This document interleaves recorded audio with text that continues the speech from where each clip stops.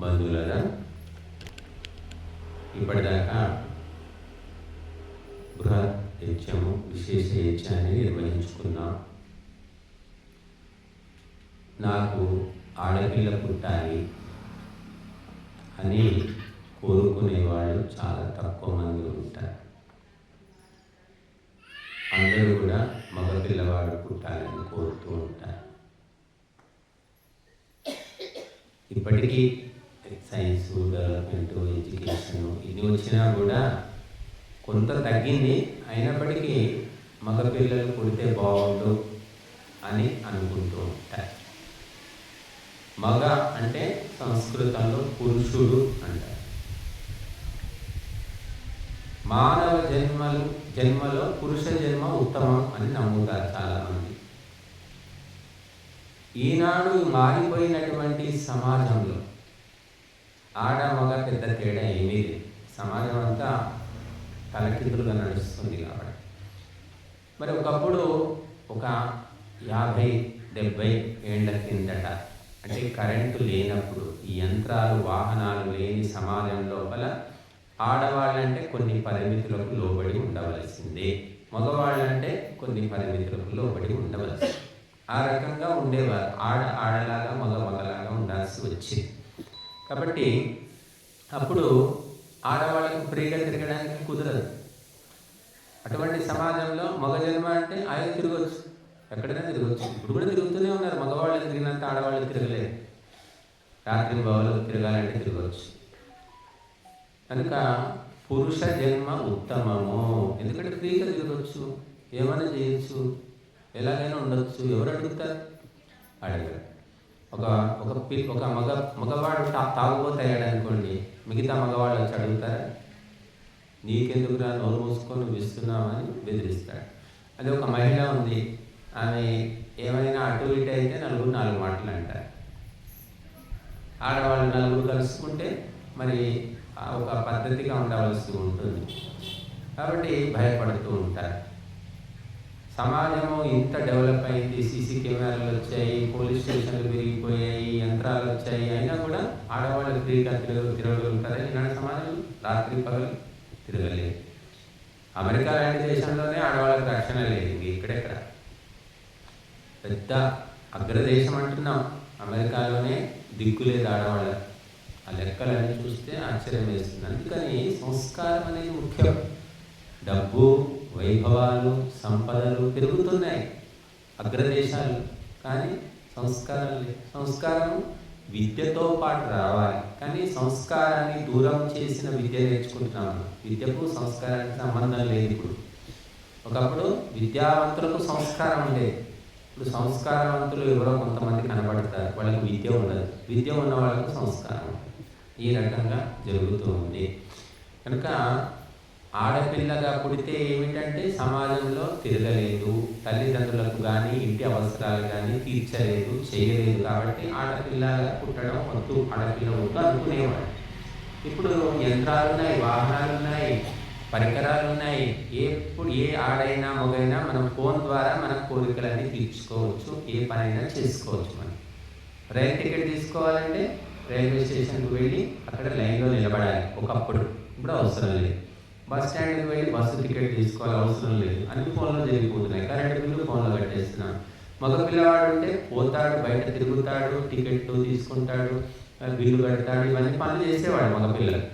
ఇప్పుడు అవసరం లేదు. మగపిల్లలే పుట్టాలి, వాళ్ళే ఉంటేనే జరుగుతుంది అనేది లేదు. కాబట్టి ఆడపిల్లలైనా మగపిల్లలైనా యంత్రాల సహాయంతో పనులని ఇంచుమించు చేసుకోవచ్చు. కాబట్టి ఈ భేదం అనేది కొంతవరకు తగ్గింది.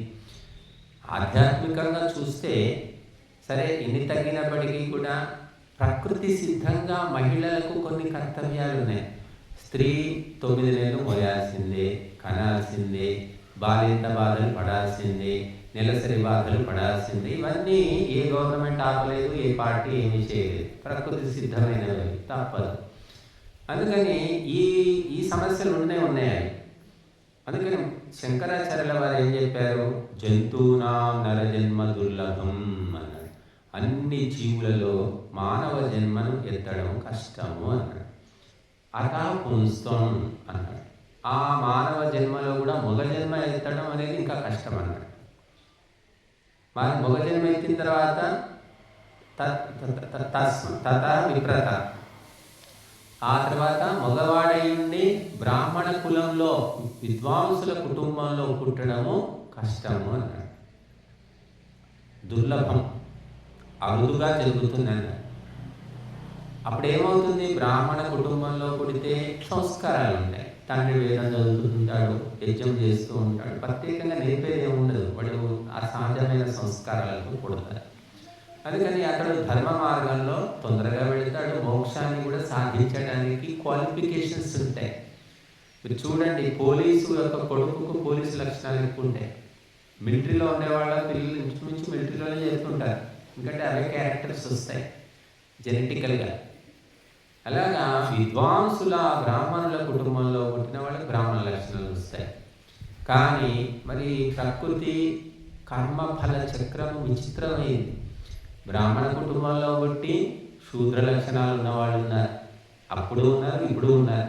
శూద్ర కుటుంబంలో పుట్టి బ్రాహ్మణ లక్షణాలు ఉన్నవాళ్ళు ఉన్నారు. ఇదంతా కూడా కర్మఫలం అని చెప్పారు. విచిత్రం. మగవాళ్ళుగా పుట్టి ఆడ లక్షణాలు ఉన్నవాళ్ళు ఉన్నారు, ఇప్పుడు వాళ్ళు ఎక్కువైపోయారు. చూడడానికి మగవాళ్ళలాగా ఉంటారు, వాళ్ళని ఏదో అంటున్నారు ఇంగ్లీష్లో. ఆడవాళ్ళగా పుడుతున్నారు, మగ లక్షణాలు వచ్చేస్తున్నాయి. లింగ సంకరం అంటారు. ఈనాడున్న ఈ కాలుష్యం వల్ల, ఈ రకరకాల రసాయనాలు వాడడం వల్ల మగ లక్షణాలు తగ్గిపోతున్నాయి, మగవాళ్ళకు ఆడ లక్షణాలు వస్తున్నాయి. ఆడవాళ్ళకి ఆడ లక్షణాలు కూడా మగ లక్షణాలు వస్తున్నాయి. మీరు చూడండి, మనుషుల్లో చాలా మార్పు వచ్చింది. కాబట్టి మగ జన్మ ఎత్తితే ఏమిటి అంటే బంధాలు బాధ్యతలు తగ్గిపోతాయి. ఒక తల్లి 9 నెలలు మోసి కన్న తల్లికి ఉన్నటువంటి అపేక్ష ఒక తండ్రికి ఉండదు. తండ్రి కనట్లేదు కదా, మోయట్లేదు కదా. మోసి కంటే సరిపోలేదు, మళ్ళీ పాలు, మళ్ళీ వాడి సేవ చేయాలని అన్నీ తల్లి చేస్తుంది కదా. ప్రత్యక్ష సంబంధం, తండ్రికి ప్రత్యక్ష సంబంధం లేదు కాబట్టి దులిపేసుకొని పోవచ్చు తండ్రి. తల్లి పోలేదు. మీరు పశువులు, జంతువులు, పక్షులు అన్నిట్లో చూడండి, తల్లి పక్షి, తల్లి జంతువు చాలా బాధ్యతగా ఉంటుంది. ఇక పురుష జంతువు, పురుష పక్షి మాత్రం గాలి తిరుగుడే, అంతే, ఏమీ లేదు. అందుకోసమే మహర్షులు అన్నీ చూసి మాతృదేవో భవ అని ఫస్ట్ క్లాస్ రిజర్వేషన్ ఇచ్చేశారు ఆడవాళ్ళు.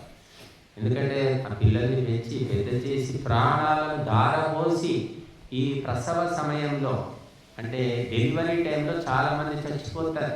సరైన వైద్యం లేక, రక్తం లేక, ఇంకా రకరకాల కారణాలతో కొన్ని లక్షల మంది చచ్చిపోతున్నారు ప్రపంచం. ఆడవాళ్ళు కనడం ఆపేస్తున్నారు. చెప్పండి, ఎవరు ఆపడం? కంటూనే ఉన్నారు పాపం. చచ్చేవాళ్ళు చూస్తున్నారు, బతికిన వాళ్ళు చూస్తున్నారు. కాబట్టి నువ్వు దేవతవు, నువ్వు ఇంటికే దేవతవు అని చెప్పేశారు. నువ్వే మొట్టమొదటి దేవతవు అన్నారు మహిళలు. ఆ పాయింట్ ఆఫ్ వ్యూలో వాళ్లకు దేవతా స్థానము మొట్టమొదలు ఇచ్చారు. కాబట్టి ఆమె ఎన్ని తప్పులు చేసినా, ఏం చేసినా సరే నోరు మూసుకోవాల్సిందే. ఎందుకంటే ఇంకా త్యాగం అనేది ఉంది. బ్యాక్గ్రౌండ్ నీకుందా? త్యాగం బ్యాక్గ్రౌండ్ చెప్పండి ఎవరికి? ఇంకో విచిత్రం చూడండి, ఆడవాళ్ళు చేసే పనులు మగవాళ్ళు చేయలేదు, కానీ మగవాళ్ళు చేసే పని ఆడవాళ్ళు కూడా చేయగలుగుతారు. ఒక భర్త చనిపోయినటువంటి స్త్రీ, నిన్న మన 5 పిల్లలు, భర్త చనిపోలేదు, 5 పిల్లలు ఉంటే ఆమె వదిలేసి ఇంకెవరితో వెళ్ళిపోయేటవాడు. 5 చిన్న చిన్న పిల్లల్ని పట్టుకొని ఆమె పని చేసుకొని వాళ్ళని పోషించుకుంటుంది. 5 పిల్లలు ఒక తల్లికి బరువు అనిపించట్లేదు.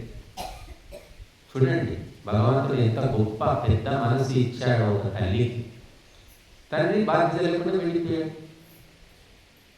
కాబట్టి ఆ తల్లి మరి ఒక దేవత అనడానికి, కదిలే దేవత, నడిచే దేవత అనడంలో ఏ తప్పు కూడా లేదు మనం. బట్ తండ్రికి అటువంటి బాధ్యత లేదు. అందుకే మగవాళ్ళు సన్యాసం తీసుకొని పోతారు, హాయిగా పోతారు. ఇప్పుడే సన్యాసం తీసుకోమంటాడు భర్త, ఎందుకంటే ఆయనకి ఏముందని బాధ్యత. భార్య, ఎందుకు సన్యాసం తీసుకుంటాం, ఈ సంసారం నన్ను ఎత్తి చేసుకుంటావా, ఇవన్నీ ఎవరు చేయాలి అంటుంది. ఎందుకంటే బాధ్యత ఆమెకే ఉంది, భర్తకేముంది. మీరు హరిద్వారు, కాశీ అన్ని కొన్ని 100,000 మంది సన్యాసులు తిరుగుతుంటారు. అని అన్నట్టే ఇది కాశీ బట్ట చేసుకొని తిరుగుతుంటారు. 1000 మంది కుప్పలు కుప్పలుగా పడతారు. ఆడవాళ్ళు మాత్రం తక్కువ మంది ఉంటారు, చాలా తక్కువ మంది. వీళ్ళంతా నిజంగా వైరాగ్యం వచ్చి సన్యాసం తీసుకున్నారు. వైరాగ్యం వచ్చి భగవంతుని తెలుసుకోవాలి, మోక్షం పొందాలని ఆశయం వేసుకున్నారు. అంటే ఇంట్లో బాధలు పడలేక, అప్పులు తీర్చలేక, సంసారం నెట్టుకురాలేక, ఎన్నో కారణాలు ఇంకా వదిలేసుకొని బయటపడతారు. దాని వాళ్ళకి మంచి డ్రెస్, 3 పూటలు భోజనం హరిద్వార్లో, కాశీలో మీకు ఏం కష్టపడాల్సిన పని లేదు. ఆడవాళ్ళు అంటే దుర్వేసుకొని పోయేది ఉంటే సంసారాలు ఉంటాయి. ఎంతమంది మహిళలో ఎన్నో బాధలు, కష్టాలు, పీడలు పడుకుంటూ ఎందుకు వాళ్ళు ఉంటున్నారో మాకు కూడా అర్థం కాదు. అసలు ఎందుకమ్మా ఎందుకు ఉంటున్నావు అని అడుగుతాం మేము కొంతమందిని చూసి. ఏం చేయాలి స్వామీజీ, ఇంట్లో ఒకటే రాక్షసుడు ఉన్నాడు, బయట పోతే ఇంకా ఎక్కువ మంది రాక్షసులు ఉంటారంట. తెలుసు వాళ్ళకి పాపం, బయట ఒక మహిళ స్వతంత్రంగా బతకలేదు. అటువంటి పరిస్థితి ఈనాడికి ఎంత చదువుకున్నా ఉన్నాయి, ఏదో పై స్థాయిలో ఉంటే తప్ప. కాబట్టి పురుషులకు ఎప్పుడంటే అప్పుడు దులుపుకొని పోయి ధర్మ ప్రచారం కానీ, వేద ప్రచారం కానీ, మోక్ష సాధన కానీ, యోగ సాధన కానీ చేసుకోగలుగుతాడు, కానీ చేయడు. ఎందుకంటే చంచలం. ఆడవాళ్లకు స్థిరమైన బుద్ధి ఉంటుంది, కానీ మమకారం, సంసారం వదిలి వాళ్ళు పోలేరు. బుద్ధి ఉండి ఒకరు పోలేరు, బుద్ధి లేక ఒకరు పోలేరు. ఇతను మోక్షం పోలేడు, ఆమె మోక్షం పోలేరు. ఈ రకంగా ప్రపంచం నడుస్తూ ఉంది. కాబట్టి ఇదంతా ఎందుకు చెప్పాను అంటే, ఒక ఆడపిల్ల పుడితే మహాలక్ష్మి పుట్టింది అనుకునే సంతోషించే కొన్ని సంస్కారవంతమైన కుటుంబాలు ఉన్నాయి ప్రపంచంలో. అది మన భారతదేశంలోనే ఉన్నాయి. ఆడపిల్ల పుట్టిందంటే మైనస్, అంతే. మూడోసారి ఆడపిల్ల పుట్టిందని ఆ పుట్టిన పాపను తీసుకెళ్ళి నీళ్ళలో పారేసి వచ్చింది. నిన్న పేపర్లో చూశారు. నీళ్ళలోనేనా కదా, నీటిలో ముంచుదాం తిన్నాడు, తల్లేదండి. మూడోసారి ఒక పిల్లవాడు పుట్టలేదు. బట్టి ఇటువంటివి రకరకాల భావాలు ఉన్నాయి. కానీ ఒక ఆడపిల్ల పుట్టిన తర్వాత ఆ పిల్లను పెంచి పెద్ద చేసి చదువులు చెప్పించిన తర్వాత ఆ తల్లిదండ్రులు ఏం కోరుకుంటారు అంటే, ఆ పిల్లను మంచి కుటుంబానికి పంపించాలి, అత్తగారు మంచివారు దొరకాలి, భర్త మంచివాడు దొరకాలి, సంపన్నమైన కుటుంబం ఉండాలి, అన్ని రకాలుగా ఉన్నంతలో బాగుండాలి అని కోరుకుంటారు. ఆ తల్లి కూడా, ఆ కూతురు కూడా తల్లిదండ్రులంటే ఎంత ఇష్టం ఉన్నా, ఎంత ప్రేమ ఉన్నా కూడా పుట్టింట్లోనే ఉండిపోతానని కోరుకోరు. ఏ కూతురు కోరుకోరు. అమ్మా నాన్న మంచివాళ్ళు, కుటుంబం మంచి కుటుంబం, ఆస్తులు ఉన్నాయి, అంతస్తులు ఉన్నాయి, వైభవాలు ఉన్నాయి, అన్నీ ఉన్నా కూడా ఏ కూతురు కూడా పుట్టింట్లోనే ఉండిపోతాను అని కోరుకోరు. అత్తగారింటికి పోవాలని కోరుకుంటుంది. తల్లిదండ్రులు కూడా అత్తగారింటికి పంపాలని వెతుకుతూ ఉంటారు అబ్బాయి కోసం. ఎన్ని వైభవాలున్నా, ఎన్ని సంపదలున్నా. అలాగే జీవుడు కూడా, అంటే మనం మనుషులం, ఈ భూలోకంలో పుట్టాం. ఈ భూలోకం ఏమిటి? మనకు పుట్టిల్లు అన్నమాట. మనమంతా ఎవరము? పురుషులం అనుకుంటున్నాం. పురుషోత్తముడు ఉన్నాడు పరమాత్మ. మనం పురుషులం అంటే కేవలం పురుషులమే, పరిపూర్ణ పురుషులం కాదు. పరిపూర్ణ పురుషుడు కేవలం భగవంతుడు ఒక్కడే. ఎందుకు అంటే సైన్స్ ఏం చెప్తుంది? జీన్స్ ఉంటాయి, జన్యువులు ఉంటాయి. ఆడవాళ్లకు మగవాళ్లకు జన్యువులు ఉంటాయి. XY క్రోమోజోములు అంటున్నాము కదా, సైన్స్ భాషలో చెప్పాలంటే XY క్రోమోజోమ్. 48 క్రోమోజోములు ఉంటాయి కదా, 24 ఆడ, 24 మగ. XY chromosome. మగవాళ్ళకు 24 ఆడ క్రోమోజోములు, 24 మగ క్రోమోజోములు, అంటే XY క్రోమోజోములు మగవాళ్ళకు ఉంటాయి. ఆడవాళ్లకు 2 ఉండవండి. 48 క్రోమోజోములు XY ఉంటాయి, Y ఉండవు. X ఉండేది ఒకటే రకం X. మగవాళ్ళకు 2 రకాలు ఉంటాయి. అంటే సగం పురుషుడు సగం స్త్రీ అన్నమాట. ప్రతి పురుషుడు కూడా పరిపూర్ణ పురుషుడు కాదు, ఎందుకంటే సగం సగం క్రోమోజోములు ఉన్నాయి. అందుకని ఆడపిల్ల పుట్టాలా, మగపిల్లవాడు పుట్టాలా అనేది పురుషుని యొక్క శక్తి నిర్ణయిస్తుంది, పురుషుడు నిర్ణయిస్తుంది, పురుషుని యొక్క వీర్యం నిర్ణయిస్తుంది. ఆడవాళ్ళ యొక్క అండం నిర్ణయించదు. అండం సమానమే. కాబట్టి ఆడపిల్ల పుడితే దోషం ఎవరిది? తల్లిది కాదు, తండ్రిదే. తండ్రి వల్లనే ఆడ మగ నిర్ధారణ అవుతుంది. కానీ లోకంలో నిందకు గురయ్యేది ఎవరు? తల్లి. మూడోసారి తల్లి కూడా ఆడపిల్లని కన్నది, బుద్ధి లేదు దీనికి అంటే ఆమె ఏం చేస్తుంది? పురుషుని వల్లనే ఆడ మగ నిర్ధారణ అవుతుంది. అంటే చూడండి సమాజం యొక్క న్యాయం ఎలా ఉందో. ఆడపిల్ల పుడితే కూడా ఆమె తప్పే, ఏం చేసినా మహిళలే తప్పు. కాబట్టి పురుషుల లోపల XY క్రోమోజోములు 2 ఉంటాయి. కాబట్టి సగమే పురుషుడు, ప్రతి పురుషుడు సగమే, పరిపూర్ణ పురుషులు కారు అని తెలుసుకోవాలి. ఎవరు పరిపూర్ణ పురుషుడు అంటే భగవంతుడు ఒక్కడే. అందుకే పురుషోత్తముడు అంటున్నాం. అందుకే పౌరాణికంలో ఏం చెప్తారంటే జీవులు అంటే స్త్రీలు కానీ పురుషులు కానీ మానవ జన్మ ఎత్తిన అందరూ కూడా స్త్రీలే. పేరుకు పురుషులను తప్ప పరిపూర్ణం కాదు. కాబట్టి నువ్వు స్త్రీ కిందే లెక్క, సగం పురుషుడివి కాబట్టి నువ్వు స్త్రీలే. అందుకని అందరికీ కూడా అధిపతి ఎవరు అంటే భగవంతుడు. ఆ పురుషోత్తముని పొందితే నువ్వు అప్పుడు పరిపూర్ణం అవుతావు అని చెప్తారు. అందుకని ఒక ఆడపిల్లను అత్తగారిలు వెతికి ఆ అమ్మాయి తల్లిదండ్రులు ఎలా పంపిస్తారో ఆ అమ్మాయి కూడా అత్తగారింటికి పోవాలని, మంచి భర్తనే చేపట్టాలని ఎలా ఇష్టపడుతుందో, నీవు కూడా ఈ భూలోకంలో పుట్టి ఇక్కడ ఉన్నటువంటి వైభవాలు, రకరకాల ఆకర్షణలు, వ్యామోహాలు, వీటికి గురి కాకుండా, వీటి మాయలో పడకుండా, వీటి వలలో పడకుండా బయటపడి ఆ పరమాత్మ పురుషోత్తముని పొందడానికి ప్రయత్నం చేయాలి. ఆ పరమాత్మ అత్తిల్లు, జీవుడికి అత్తిల్లు లాగా. పుట్టింట్లో కంటే అత్తింట్లోనే అమ్మాయి సుఖపడుతుంది, అక్కడే ఉండడానికి ఇష్టపడుతున్నాడు. అలాగే జీవుడు కూడా ఈ భూలోక వ్యామోహాలను వదిలించుకొని అత్తగారిలాగా పరమాత్మను పొందడానికి ప్రయత్నం చేయాలి తప్ప ఈ భూలోక సుఖాలలోన మునిగిపోతే మాత్రం మరి నీచమైనటువంటి గతులు తప్పవన్నమాట. భర్త ఎటువంటి వాడైనా సరే, భర్త మంచివాడని చూశారండి, పెళ్లి చేశారు, అందగాడు, చదువుకున్నాడు, ఆస్తులు ఉన్నాయి, అన్నీ ఉన్నాయి. కాలం కలిసి రాక 5 ఏళ్ళ తర్వాత 10 ఏళ్ళ తర్వాత అన్ని నష్టాలు వచ్చేసాయి. ఇల్లు పోయింది, వాకిలి పోయింది, అన్నీ పోయాయి, పేదవాడైపోయాడు, ఏదో బొటాబొడిగా బతుకుతూ ఉన్నాడు. అప్పుడు ఆ అమ్మాయిని తీసుకొస్తారా ఇంటికి? అప్పుడైనా వీలైతే ఏమైనా సహాయం చేస్తారు తప్ప నువ్వు ఆ భర్తను వదిలిపెట్టేసి మాతో వచ్చి ఉండాలి ఏ తల్లిదండ్రి అన్నారు. అలాగా చూడండి, భగవంతుని నమ్ముకున్న వాళ్ళు అష్టైశ్వర్యాలు ఉండవండి, వాళ్ళ దగ్గర ఏముండవు. భగవంతుని నమ్ముకున్న భక్తుల చరిత్ర తిరిగేయండి, అన్నీ నిరుపేదలుగా ఉంటారు, పేదవాళ్ళు, ఎక్కడ ఆడంబరం ఉండదు, అటహాసం ఉండదు. కానీ భగవంతుడు అనే శక్తితోటి వాళ్ళు ముందుకు నడుస్తూ ఉంటారు. కనుక ఆ భగవంతుని నమ్ముకున్న భక్తుడు భగవంతుడే ధనం, ఇంకా వేరే వాటి మీద ఆశపడాడు. కనుక అమ్మాయికి భర్తకు ఐశ్వర్యం ఉందా లేదా అని కాదు, భర్త ఉన్నాడు, బుద్ధిమంతుడు, మంచివాడు, చాలు, భర్త ఉన్నాడు అదే గొప్ప అనుకుంటున్నారు.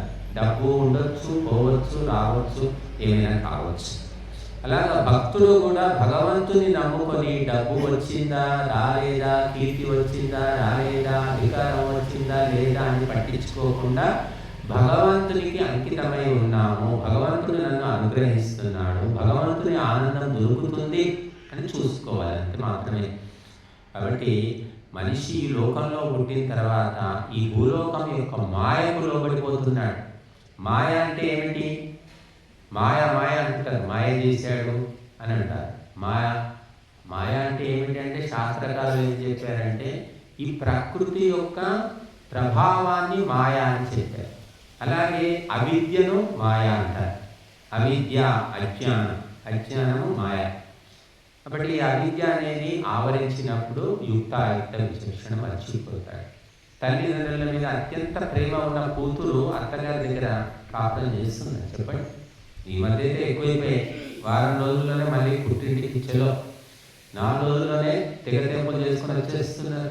ఎందుకంటే మా పుట్టింటి వాళ్ళు ఇట్లా, మా నాన్న ఇట్లా, మాకు ఇంత ఐశ్వర్యం ఉంది, నువ్వెవడు అనడానికి, నీకు ఎవడు సేవ చేయాలి, అత్తకు ఎవరు చూడాలి, నీ కూడా పెట్టాలి, ఇటువంటి ఆలోచనలు, రకరకాలైన ఆలోచనలలో ఉండలేకపోతున్నారు వాళ్ళు. వచ్చేస్తే తల్లిదండ్రులు కూడా రాలేరా, ఎందుకు అక్కడ ఎందుకు ఉంటారు, నీకు ఇష్టం లేకుంటే, నువ్వు ఒకగానొక కూతురికి నిన్ను చూసుకోలేమా, మేము బోలరాస్తుంది మాకు, ఎందుకు పడి ఉంటావు అని ఇంకా అగ్నిలో హత్యం పోసినట్టు చేస్తున్నారు. అప్పటికి ఎవరు కూడా కాపురాలు సరిగ్గా చేసేటట్టు లేదు.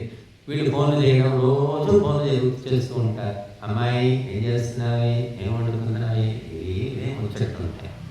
దాంతో కాపురాలు చెడిపోతున్నాయి. కనుక మరి మళ్ళీ పుట్టింటికి వచ్చినా మళ్ళీ పెద్ద బాధపడటం లేదు. కానీ భక్తుడు మాత్రము ఎప్పుడూ కూడా ఈ భూలోక వ్యామోహంలో ఆకర్షణలో పడకుండా పరమాత్మను పొందడానికే ప్రయత్నం చేయాలి అని చెప్పారు. బట్టి అత్తగారింటికి వెళ్ళిపోతే ఇంక అక్కడే సీతమ్మ రాముడి దగ్గరికి వెళ్ళిందంటే మళ్ళీ వచ్చిందా? సీతమ్మ పుట్టిల్లేంటి? రాముడిది అయోధ్య, సీతమ్మది ఏ ఊరు? మిథిలా నగరము. మిథిలా నగరానికి మళ్ళీ సీతమ్మ పోయినట్టు మనకు రామాయణంలో ఎక్కడ కనబడలే. అడవిలో వదిలేశాడంటున్నారు. ఆ అడవిలోనే ఉంది తప్ప అక్కడి నుంచి జంప్ చేసి మరి మిథిలా నగరానికి పోయిందా సీత? పోలేదు. పుట్టింటికి పోలేదు. పుట్టింటి వాళ్ళు మళ్ళీ వచ్చి కలిసినట్టు కూడా మనకి ఎక్కడ కనిపించదు. ద్రౌపది కూడా అంతే. ఒకసారి అత్తింటికి వచ్చిందంటే మరి వనవాసం వాళ్ళు పోతే పోనీ ఈమెను పోవాలి, అవసరం లేదు కదా. పుట్టింటికి పోయి ఉండలేదు ఆమె. ఇప్పుడు అటువంటి సంప్రదాయం మనకు లేదు. కానీ ఇప్పుడున్న ఈ చదువులు, ఈ ప్రభుత్వాలు, ఈ వాతావరణంలో విచిత్రమైనటువంటి కొత్త సంప్రదాయాలు వస్తూ ఉన్నాయి.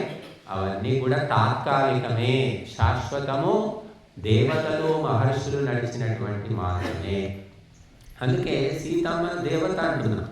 కష్టాలు ఎన్నొచ్చినా సీతమ్మ ఎప్పుడూ కూడా పుట్టింటి వైపు చెయ్యి చాచలేదు, పుట్టింటిని వైపు వేడుకోలేదు, సలహా తీసుకోలేదు, సహాయం తీసుకోలేదు.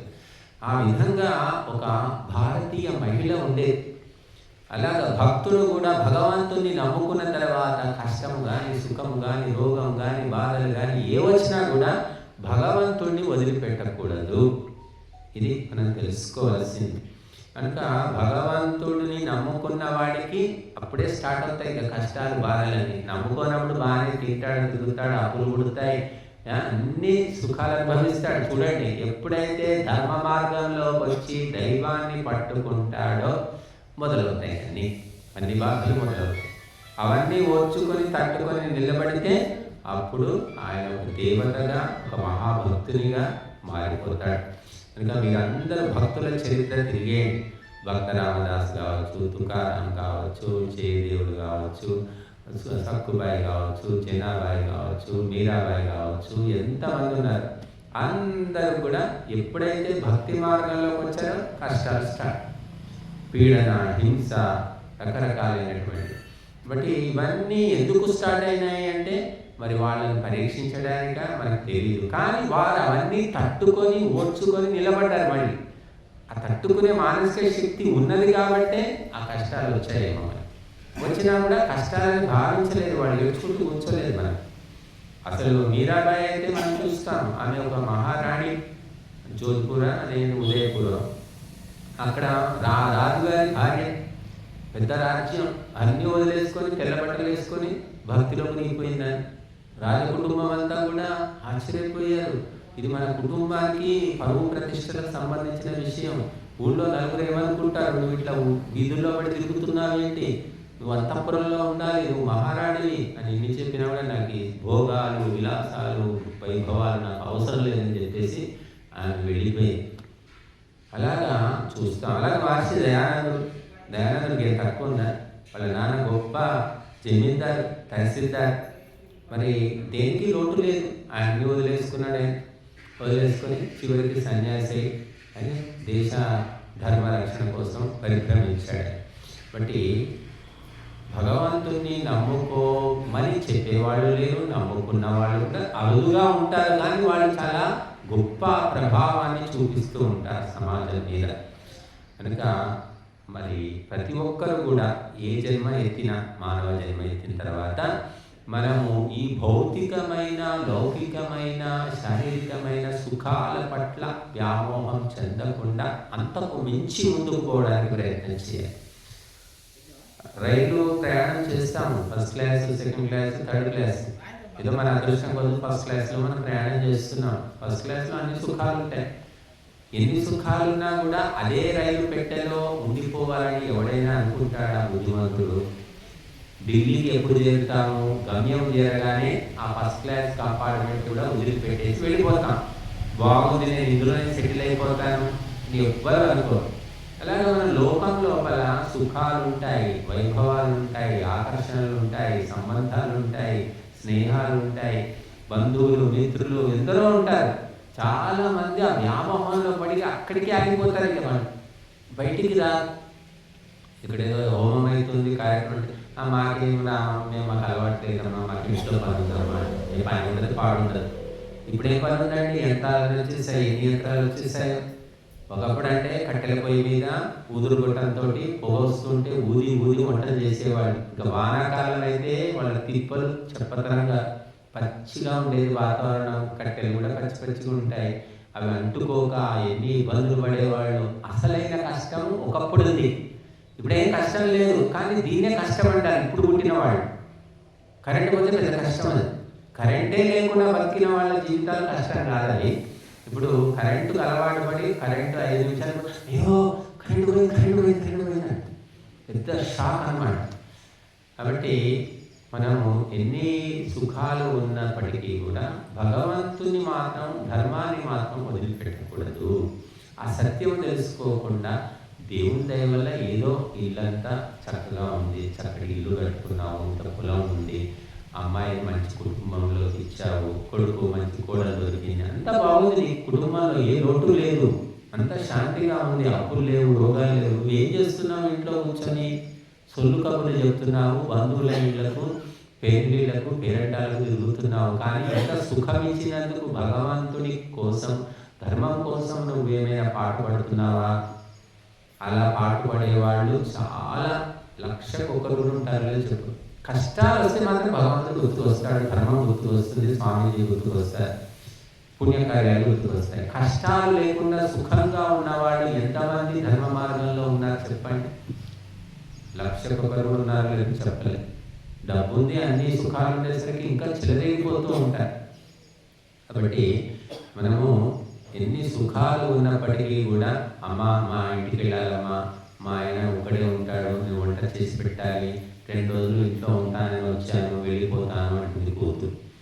ఏమైతే నువ్వు రాక వచ్చావు, 2 రోజులు, వారం రోజులు ఉండు, ఎన్ని రోజులు, 2 రోజులకి అట్టా మొహం ఎత్తినా నీకు అంటుంటారు. లేదని ఆయన ఒకటే ఉంటాడు, వండితే ఏంటి ఆయన నిన్నగాకుండా చేసుకున్నాము, అప్పుడే అంతా ఇలా చేస్తున్నాము, నేను పెంచి పెద్ద చేశాను కదా మేము తల్లిదండ్రులము అని అంటారు వాళ్ళు.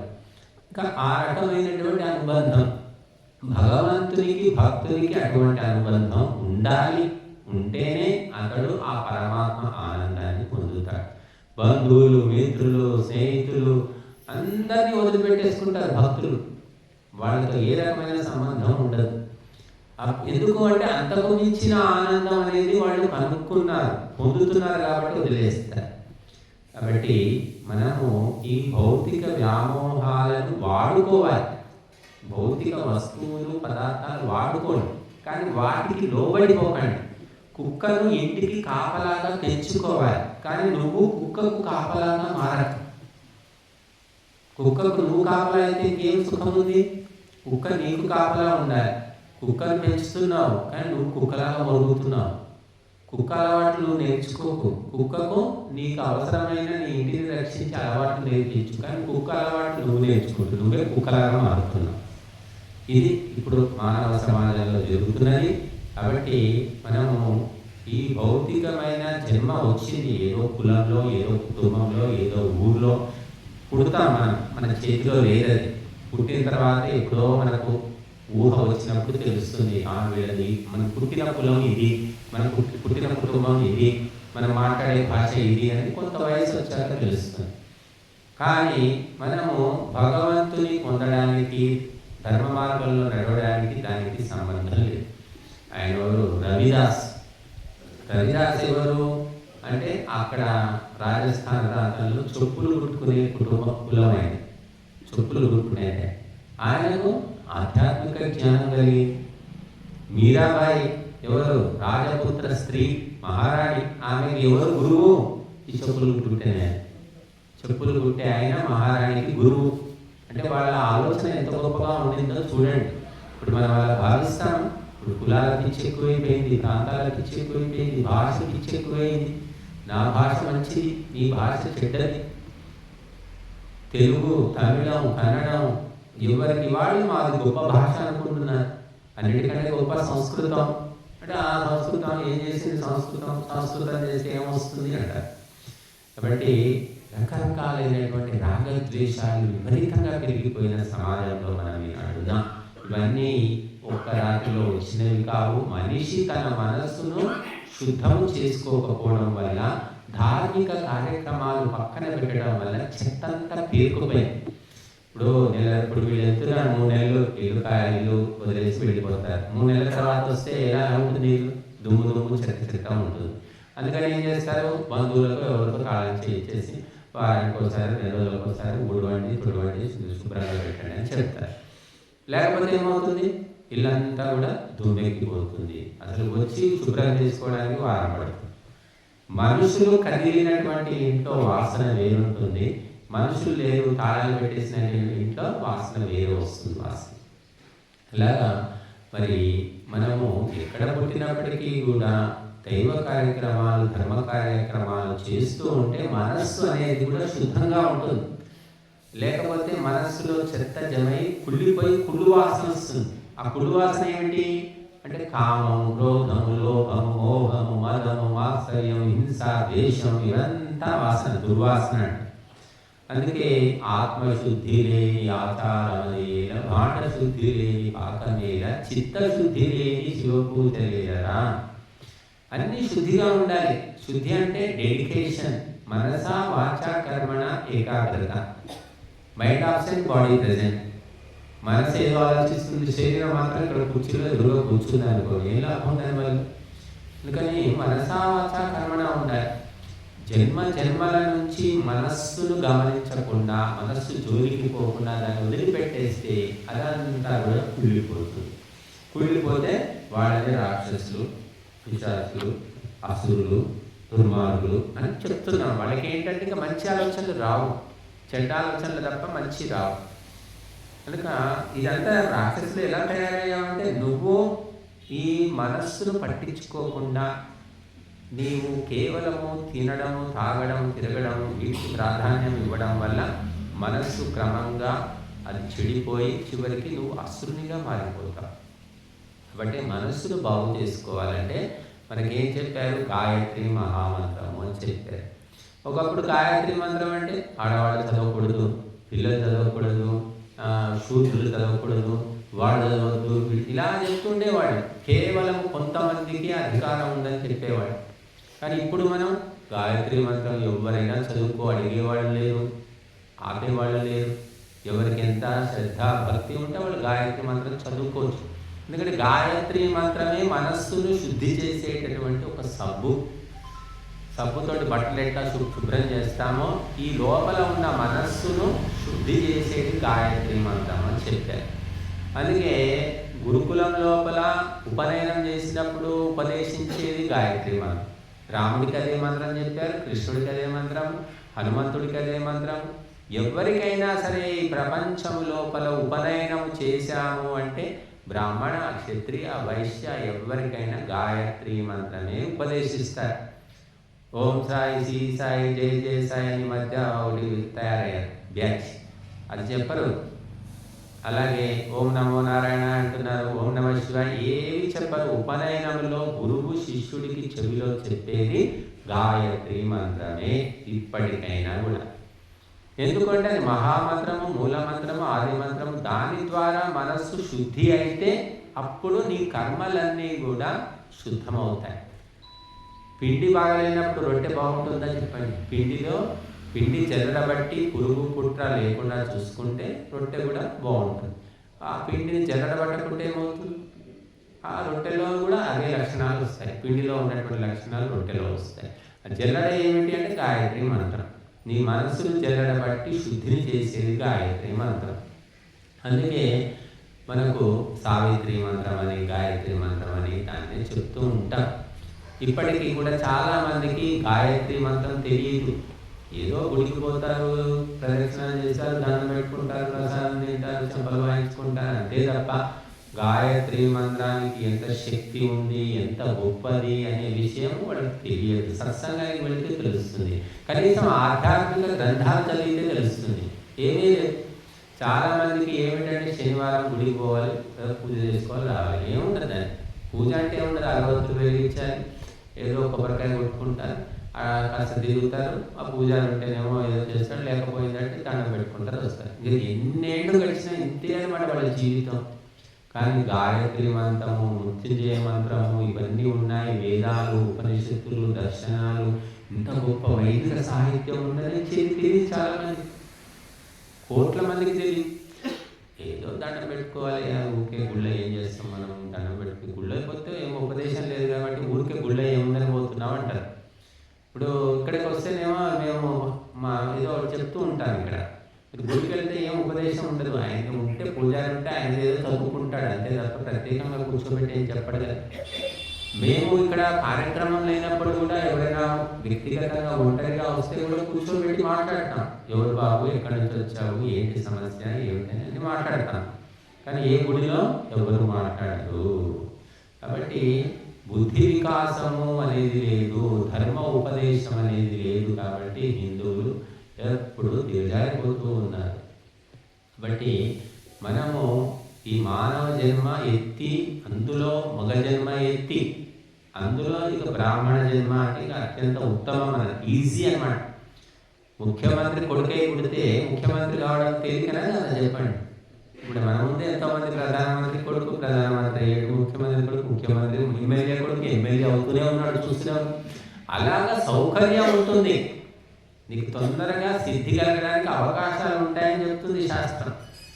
సరే పుట్టలేదు, మన కర్మ కొద్దీ రైతుగా పుట్టాము, రైతుగా ఉంటామని ఏడవాల్సిన పని ఏమీ లేదు. శ్రద్ధాసక్తులు ఉంటే ప్రతి ఒక్కరూ కూడా సిద్ధిని పొందవచ్చు, పరమాత్మ తత్వాన్ని పొందవచ్చు. శ్రద్ధాసక్తులు ముఖ్యం, జన్మ ముఖ్యం కాదు. కాబట్టి అవకాశము లేకపోవచ్చు, జన్మ దొరకలేదు, కానీ నీకు గురువు దొరికాడు కదా, ఉపదేశం దొరికింది కదా, దేవుడు సమయం ఇచ్చాడు కదా, నీకు బాధ్యతలన్నీ నెరవేర్చుకున్నావు, పొలాలు కౌలుకి ఇచ్చారు, ఏం పని ఉంది ఇంట్లో, హాయిగా నేర్చుకోవచ్చు, తెలుసుకోవచ్చు, వికాసం పొందవచ్చు, ఉన్నతిని పొందవచ్చు. మరి అయినప్పటికీ కూడా ఎంతోమంది అందిపుచ్చుకోలేదు అవకాశాన్ని. కాబట్టి మనము ఈ మానవ జన్మ లోపల ఈ భూలోక ఆకర్షణలకు లోబడకుండా దైవతత్వాన్ని తెలుసుకొని జన్మను సఫలం చేసుకునే ప్రయత్నం చేయాలి. అప్పుడే మరి వచ్చే జన్మ ఉత్తమ జన్మలు వస్తాయి. అనేక జన్మలు గడిచిన తర్వాత మోక్షం వస్తుందండి. బహూనాం జన్మనామంతే జ్ఞానవాన్ మాం ప్రపద్యతే. అంటే అనేక జన్మలు, ఒక్కొక్క జన్మలో కొంచెం ఉన్నతి చెందుతూ ఆత్మోన్నతి మెల్లిమెల్లిగా 70 మార్కులు 80 మార్కులు, ఒక్కొక్క జన్మలో కొన్ని మార్కులు సంపాదిస్తూ 100 మార్కులు ఎప్పుడు వస్తాయో నీకు మోక్షం. ఇక నువ్వు భగవంతుని దగ్గర స్థిరంగా ఉండిపోతావు, భగవంతుని ఆనందంలో మునిగి తేలుతూ ఉంటావు. క్వాలిఫికేషన్ అన్నమాట, 100% క్వాలిఫికేషన్ రావాలి.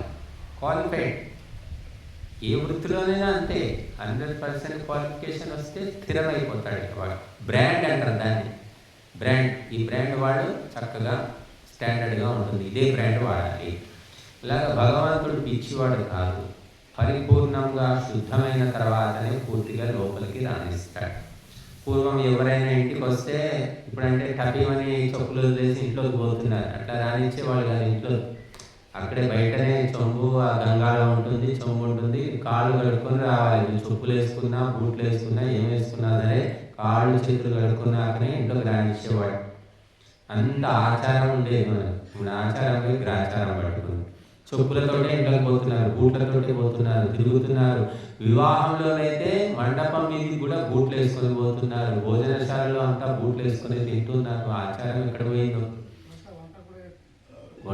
వంట చేసేవాళ్ళు గుట్కాలు తినుకుంటూ మరి స్నానం లేదు, ఏమీ లేదు, వంటలు చేస్తున్నారు బూట్లతో. నేను కూడా మొన్న ఎక్కడ చూశాను, చెప్పులు వేసుకొని వంటలు చేస్తున్నారు. పూజలు కూడా చేసేవాళ్ళు ఉన్నారు. ఇలాగ జరుగుతుంది. ఎందుకంటే బుద్ధి నశించిపోయింది. ఒకప్పుడేమో విపరీతమైన ఆచారం ఉండేది, ముట్టుకోకు, అంటుకోకు, దూరం దూరం అనేవారు. ఇప్పుడు అసలుకే లేకుండా పోయింది, గుడుస్తున్నా. అప్పుడు అతి, ఇప్పుడు అతే. ఆచారం పాటించడంలో అతి చూపించారు, ఆచారం వదిలేయడంలో అతి చూపిస్తున్నారు. ఏమీ అవసరం లేదు, తిన్నామా లేదా, చేతులు కూడా కడుక్కోవాల్సిన అవసరం లేదు, ఒక 5 లీటర్లు చేతులు చేసుకుని పారేస్తే అటువంటి సంస్కారం ఇక్కడ వచ్చేసింది. అవసరం లేదు ఇక్కడ, కానీ వచ్చింది, అనుసరిస్తూ ఉన్నారు. కాబట్టి మనము భౌతిక సుఖాలను అనుభవించకుండా బతకలేము. సరే, భగవంతుని ధ్యానం చేయాలి, యజ్ఞం చేయాలి, యోగం చేయాలి, ఇంకేదో చేయాలంటే కేవలం గాలి నీళ్లతోటి అవుతుందా? భోజనం కూడా కావాలి. 3 పూటలు కాకపోయినా ఒక పూట అయితే తినాలి కదా. 4 రకాల వంటలు లేకపోయినా ఒక వంటనైతే వండుకొని తినాల్సిందే కదా, కూర పప్పు ఏదో చేసుకొని. అంటే మన అవసరాలు, మన ఆహారము తగ్గించుకొని పరిమితికి లోబడి మనం చెయ్యాలి. తప్పదు, పరిమితి ఎవరికైనా తప్పదు. అంటే ఆ పరిమితిని దాటిపోయి అత్యధికంగా వ్యామోహపడితే ఏమవుతుందంటే దానికి సమయం గడిచిపోతుంది. కాబట్టి పరిమితికి లోబడి మన అవసరాలను తగ్గించుకుంటే మనం ఎక్కువ సాధన చేయగలుగుతాము, ఎక్కువ ధర్మ కార్యక్రమాలు చేసుకోగలుగుతాం. మన అవసరాలు పెంచుకుంటున్న కొద్దీ కూడా మనము చేసేది తక్కువైపోతుంది, భౌతికమే ఎక్కువైపోతుంది. కాబట్టి భౌతికమైన లౌకికమైన లంపటాలు తగ్గించుకుంటున్న కొద్దీ మనం ధర్మ కార్యాలకు సమయాన్ని కేటాయించుకోగలుగుతాం. కాబట్టి మరి అందరూ కూడా ఈ జన్మ ఎత్తిన తర్వాత భర్తగా, భార్యగా, తండ్రిగా, తల్లిగా రకరకాల బాధ్యతలు ఉంటాయి. ఈ బాధ్యతలను వదిలేయకుండా నిర్వహిస్తూనే మనము ధర్మ కార్యాలు చేసుకోవాలి, ఆత్మోన్నతిని కలిగించే కార్యక్రమాలు చేసుకోవాలి. రైలు నడుస్తూనే ఉంటుందండి పట్టాల మీద, 100-150 కిలోమీటర్ల స్పీడ్ నడుస్తుంటుంది కదా. రైలు ఆగదు, కానీ రైల్లోనే మనం మొహం కడుక్కోవాలి, నిద్రపోవాలి, నడవాలి, మాట్లాడాలి, అన్ని కార్యక్రమాలు రైల్లోనే పూర్తి చేస్తాం. తప్పదు, ఇంకా సంసారం అనే రైలు నడుస్తూనే ఉంటుంది, అది ఆగదు, మనం చచ్చేదాకా ఆగదు. అందులో ఉంటూనే అన్నీ చేసుకోవాలి. అందుకే బ్రహ్మచర్యాశ్రమం, గృహస్థాశ్రమం, వానప్రస్థాశ్రమం, సన్యాసాశ్రమం, అన్ని ఆశ్రమాలు తిరిగి పడుకోవడానికి కాదండి, తమ తమ కర్తవ్య కర్మలు చేయడానికి చేస్తూనే ఉండాలి. కుర్వన్నే దేహ కర్మాణి అన్నారు. నీవు బతికినంత కాలము, శ్వాస ఆడినంత కాలము పొట్ట పోసుకోవడమే కాకుండా ధర్మ కార్యాలను కూడా నువ్వు చేయాలి, చేయించాలి. చాతకాకపోతే పాల్గొనాలి. కనీసం అటెండెన్స్ అని నువ్వు చెయ్యలేవు, చేయించలేవు, పోనీ అటెండెన్స్ వచ్చి కూర్చో, అట్లా కుర్చీలో పడి కూర్చుంటే ఏం రోగం? అది కూడా చేత కాదు. ఎంతోమంది ఆ సంస్కారం కూడా లేని వాళ్ళు ఉన్నారు. నువ్వు పాస్ కాకపోయినావు నాయన, ఫీజులు కడుతున్నావు, కనీసం స్కూల్ కన్నా పోరా బాబు, అటెండెన్స్ అని నువ్వు పాస్ అవుతావో ఫెయిల్ అవుతావో తర్వాత విషయం, స్కూల్ కంటే పోరా బాబు అని చెప్తుంటారు తల్లిదండ్రులు. అట్లా స్కూల్ పోయి ఆడ కూర్చుంటే వెనక బెంచ్లో కూర్చొని నిద్రపోయినా ఎంతో కొంత సంస్కారం వస్తుంది, ఎంతో కొంత చెవిలో పడకపోతుందా అనుకుంటారు. మేము కూడా అలాగే ఆలోచిస్తాం. సరే, వచ్చిన వాళ్ళందరూ వింటారా, విన్న వాళ్ళందరికీ గుర్తుంటుందా, గుర్తున్న వాళ్ళంతా మళ్ళీ మాలాగా విద్వాంసులు, పండితులు అవుతారా? కాకపోని కనీసం వచ్చి ఆ కుర్చీలో కూర్చొని నిద్రపోయినా పర్వాలేదులే, ఏదో ఒకటి ఉన్నారు 10 మంది అన్నట్టు ఉంటుంది కదా అని ఆలోచిస్తాం. కాబట్టి ఆ ఇంట్లో ఉండి కురుపాట్లు పడే బదులు, ఇంట్లో ఉండి ఎప్పుడు ఆ గృహ కార్యక్రమాలు నిమగ్నం అయ్యే బదులు, భోజనం కోసమే కదా తిప్పాలని, ఇల్లెందుకు? ఏదో ఇంట్లో ఇంత అన్నం వండి పెడతారు, పడుకోవడానికి ఇట్లా స్థలం ఉంటుందని ఇంటికి పరిగెత్తుతారు.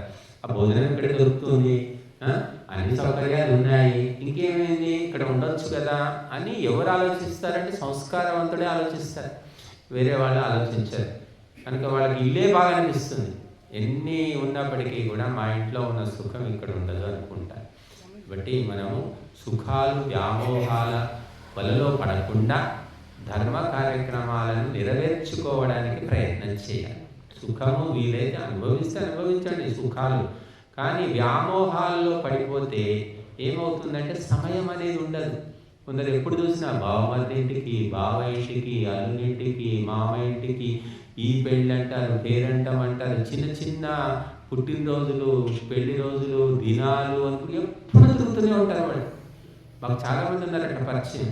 ఎప్పుడు స్వామీజీ దూరం ఉంది కదా స్వామీజీ, హైదరాబాద్లో అయితే వచ్చేవాళ్ళం అనమాట. హైదరాబాద్ ఉంటేనేమో వారానికి 10 సార్లు వచ్చినాడు. అంటే ఏదో ఒకటి మాట్లాడి తప్పించుకోవడం అన్నమాట. హైదరాబాద్ నుండి కుప్పలు తెప్పలు ఎవడే రాలేదు, ఎప్పుడైనా వచ్చేవాడే వస్తాడు, సంస్కారం ఉన్నవాడే వస్తాడు. కాబట్టి అనవసరమైన కార్యక్రమాలకు విపరీతంగా తిరుగుతుంటారు మనుషులు. వీళ్ళు పోకపోయినా కార్యక్రమం నడుస్తుంది, వీళ్ళు పోతే కూడా పట్టించుకునేవాడు ఎవడు ఉంటాడు. కానీ వీళ్ళ పిచ్చి కొద్ది పెడతారు ఈ బంధుమిత్రుల కార్యక్రమాలు. చాలామంది నేను గమనించాను. కానీ ధార్మిక కార్యక్రమాలకు మాత్రం వాళ్ళకు 100 సార్లు ఆలోచిస్తారు, పోవాలా వద్దా, పోవాలా వద్దా, ఏముంటుంది అక్కడ స్వామీజీ ఏదో చెప్తూనే ఉంటాడు, ఇక ఆయనకు బాగా వచ్చు పాండిత్యం, ఇక చెప్తాడు, ఇక ఆయన చెప్పక ఏం చేస్తాడు అని ఇలాగా నెగిటివ్గా ఆలోచిస్తారు. వచ్చారంటే ఏదో మొహం చూపించేస్తారు, వెళ్ళిపోతారు. మేము 5 ఏళ్ల నుంచి చూస్తున్నాం, కనబడ్డ మొహాలే కనబడుతున్నాయి. కొత్త మొహాలు చాలా అరుదు, ఎప్పుడో 6 నెలలకో సంవత్సరానికో కొత్త మొహం కనబడుతూ ఉంటుంది. కాబట్టి ఇక అంతే, ఇది సంస్కారం బట్టి వాళ్ళే, ఆ సంస్కారం ఉన్న వాళ్ళే వస్తూ ఉంటారు, ఇంకా మరి కొత్త వాళ్ళే ఎక్కడి నుంచి వస్తారు. కాబట్టి ఇది ధార్మికమైన క్షేత్రం, ఇది ఏదో రచ్చబండ కాదు, ఏదో ముచ్చట్లు అచ్చట్లు చెప్పుకునే కార్యక్రమం కాదు ఇది. కాబట్టి కొంత యోగ్యత, కొంత అర్హత ఉన్న వాళ్ళు మాత్రమే రాగలుగుతారు, ఉండగలుగుతారు అని అనిపిస్తుంటుంది మాకు. కానీ మనం యోగ్యత అర్హత క్రమంగా పెంచుకునే ప్రయత్నం చేయాలి. చేయకపోతే మాత్రం ఇక నీచాతి నీచమైన జన్మలు, నీచమైన గతులు ఉండనే ఉన్నాయి. ఎప్పుడో కాదు, ఈ జన్మలోనే మనం చూస్తున్నాం. సంస్కారం అనేది లేకపోవడం వల్ల తల్లిదండ్రులు లేకపోతే పిల్లలకు రాదు, పిల్లలకు రాకపోతే ఆ పిల్లలే దయ్యాలే పీకు తింటారు.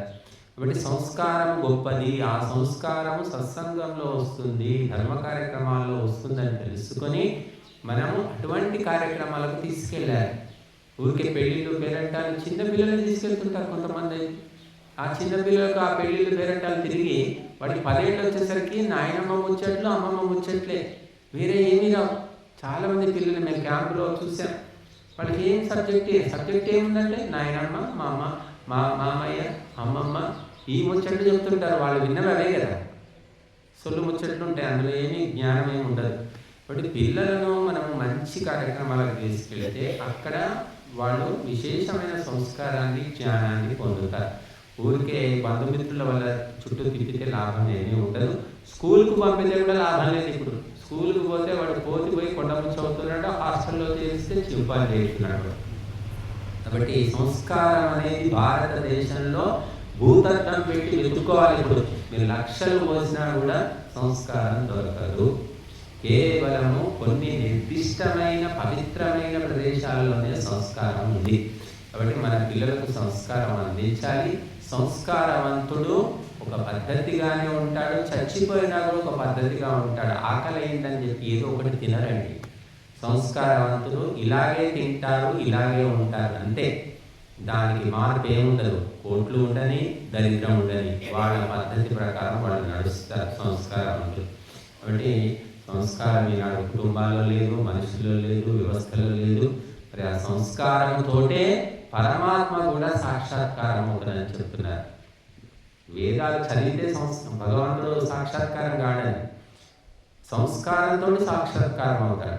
అందుకే క్లేశ కర్మ విపాకాశయే అపరామృష్ట పురుష విశేష ఈశ్వర. క్లేశాల కంటే, కర్మల కంటే, విపాకాల కంటే ఆశయం అంటే సంస్కారం. ఆశయం అన్నా సంస్కారం అన్నా ఒకటే. ఆశయం అనేది అన్నిటికంటే సూక్ష్మం అన్నమాట. విద్యావంతులు మీకు బోలెడు దొరుకుతారు, కానీ విద్యతో పాటు సంస్కారం ఉన్నవాళ్ళు చాలా అరుదుగా ఉంటారు. కాబట్టి విద్యాక్షేత్రంలో తిరిగి వాళ్ళకి తెలుస్తుంది ఆ విషయం. కాబట్టి సంస్కారము వచ్చిన వాడికి మనం నేర్పే ప్రశ్న లేదు. స్వయంగా వాళ్ళు ఎవరితో ఎప్పుడు ఎక్కడ ఎలా మెలగాలో వాళ్ళు తెలుసుకొని ఉంటారు. అందుకే రఘువంశంలో రాముడు, దిలీపుడు, అజమహారాజు, ఈ మహారాజులందరూ కూడా ఒక సంస్కారంతో ఉంటారట. తల్లిని ఇలాగ చూడాలి, తండ్రితో ఇలా వ్యవహరించాలి, గురువులను ఇలా గౌరవించాలి, ధర్మ కార్యాల్లో శ్రద్ధగా కూర్చోకి ఏం చెప్పాల్సిన వాళ్ళు గర్భంలోనే అన్నీ ఆ సంస్కారాలతో పుట్టారట. వాళ్ళకి ఎవరు నేర్పేది ఏమీ లేదు. కుక్కకు ఎవరు నేర్పుతారండి? బోబో అనాలి, విశ్వాసం చూపించాలి, ఎవరు నేర్పట్లేదు. అలాగా వాళ్ళు గర్భంలోనే ఆ పవిత్ర సంస్కారాలతో పుట్టారు. కాబట్టి వాళ్ళు దేవతలుగా మనం ఆరాధిస్తున్నాము. ఆ దేవతల్ని పూజిస్తూ మనం కూడా ఆ దేవతల మార్గంలో నడవాలి. పూజిస్తే సరిపోదు. కాబట్టి మీరందరూ కూడా ఆ పుట్టింటి మమకారాన్ని వదిలిపెట్టి అమ్మాయి ఎలా అత్తింటికి వెళుతుందో ఈ భౌతిక వ్యామోహాలు వదిలిపెట్టేసి ధర్మ కార్యక్రమాల్లో, దైవ కార్యక్రమాల్లో పాల్గొనడానికి, తెలుసుకోవడానికి ప్రయత్నం చేయండి. ఓం శాంతి.